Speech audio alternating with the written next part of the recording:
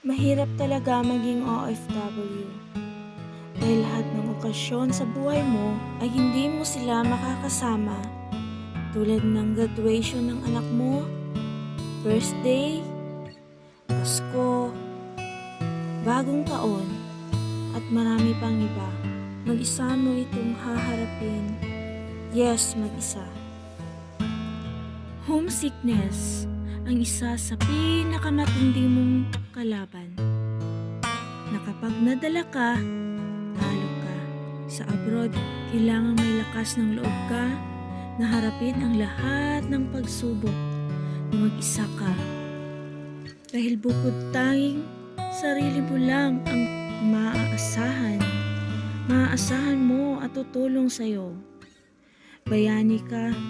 Oo, bayani ka ngang maituturing ng bayan. Pero, bayani nga ba talaga? Nakakalungkot man isipin, pero yan ang totoong realidad. Kapag naging OFW ka, marami kang matutunan.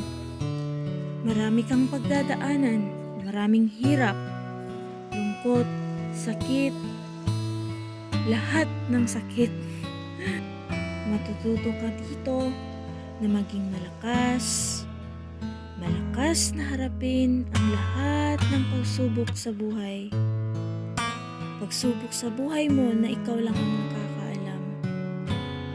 Matututo ka din dito kung paano ka magdidesisyon sa sarili mong mga paa. Matutunan mo din makisalamuha ng iba't ibang klase at ugali ng tao. Magiging sinungaling ka rin. Magiging sinungaling ka dahil kahit malungkot ka at may hindi magandang nangyayari sa'yo, nangyayari sa araw mo, sa lahat ng pagkakataon, tiniis mo lang. Kailangan mo maging masaya sa harap ng mga tao at sabihin sa pamilya mo na okay ka. Okay ka lang para di sila mag-aalala.